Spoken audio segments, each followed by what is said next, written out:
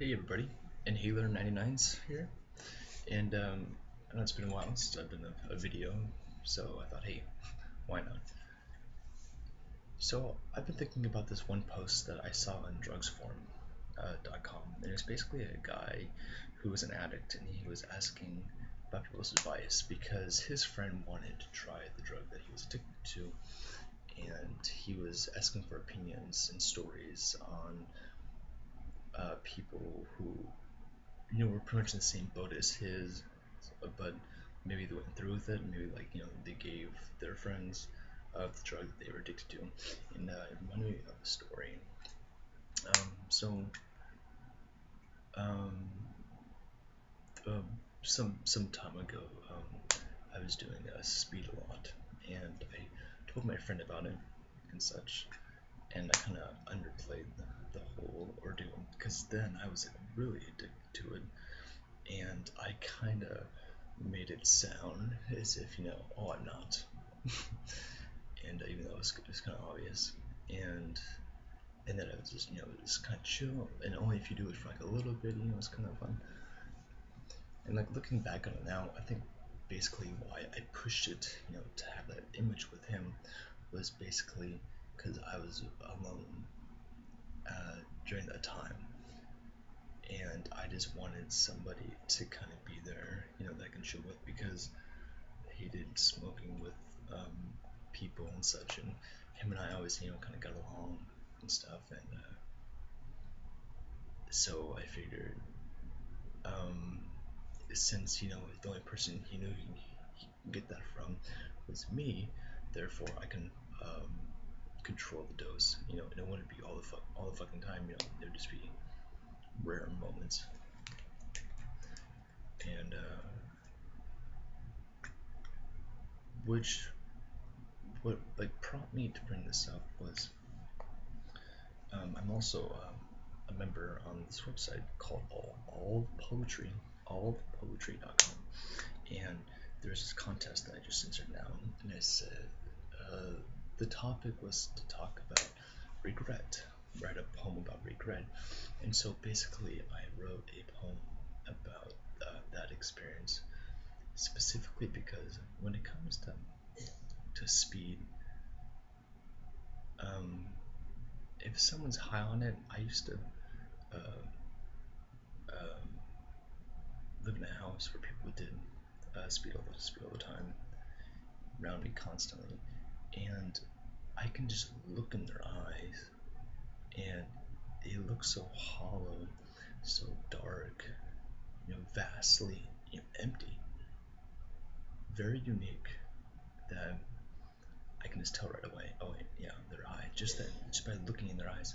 No other drug has produced this effect, like heroin or LSD, but I don't know, something about speed that's very dark and very like soul gripping, capturing that. I don't know, it just really stuck out to me. It's always something that really bothers me. And that look. And when I was telling my friend um, about the drug and stuff, kind of like underplaying it, and I did not mention to him these like horrible side effects from it. This this gripping, um, it's sinking its talons into you, and just pulling you right in, and because I just wanted somebody to do it with, who I was really comfortable with, and I felt really bad about it because, like certain moments, throughout that experience, even though I was making eye contact with him, because one thing I always like made sure of was, because people talk a lot on it, and I've noticed that there's somebody like really listening, and I really hated that too. So I want to be the person who at least listens, and then try to interject when I can, and try to at least mold it into a somewhat normal conversation where both parties person, can have their moment, in the sun. And so I would listen to him, and well, he lost somebody very close to him, and that was really affecting him. And he kept just going on and on about it, which is perfectly fine. I love him dearly, and I just listened to him the whole entire time. The whole time he was talking about it, and I saw a different light in him. Like, he mentioned the loss, like hurt him, but he's not really an emotional person, and he didn't show that until that moment. And I never saw it before, like him actually cry. And I was speechless. I hated the fact that it had to take that drug, to get that, to invoke that in him, which I wasn't expecting whatsoever.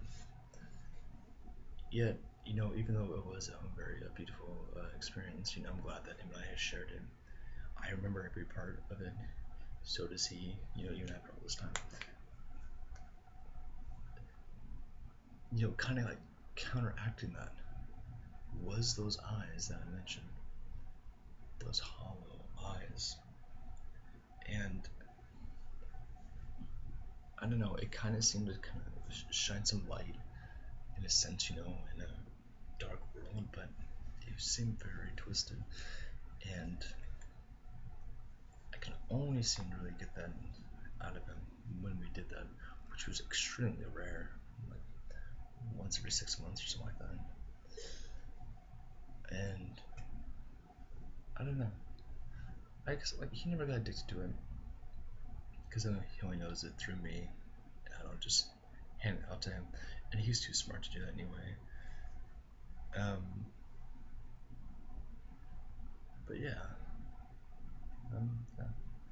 That was my experience with it. I mean, since then, he says he has felt more comfortable speaking with me because he knows, I'll listen and I'll give feedback.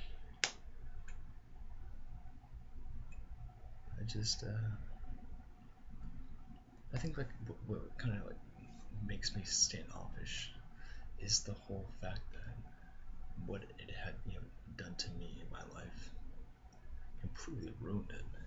Like lost relationships over it. Friendships, myself, and so going through that and then giving it to him. I don't know. I still feel guilty sometimes when I think about it, and I've been thinking about it today, and it's just been kind of bothering me. But I guess it's not that bad. Like I said, it's been a while, and he's not an addict, so I guess that's good. But I mean, if any of you are in that situation, like mine, where you yourself are an addict, and a friend kind of wants to get in it, and you're underplaying it, don't. That's not fair because you know something that they don't, and if that has the possibility of mirroring what you experienced, why would you want to bestow that upon them? It's not a game. It's really something to think about. I mean, if you truly love that person, you should show them love. Anyway, thank you for watching, and hopefully I won't see you guys in another month. Try to do this more often. Alright, take care.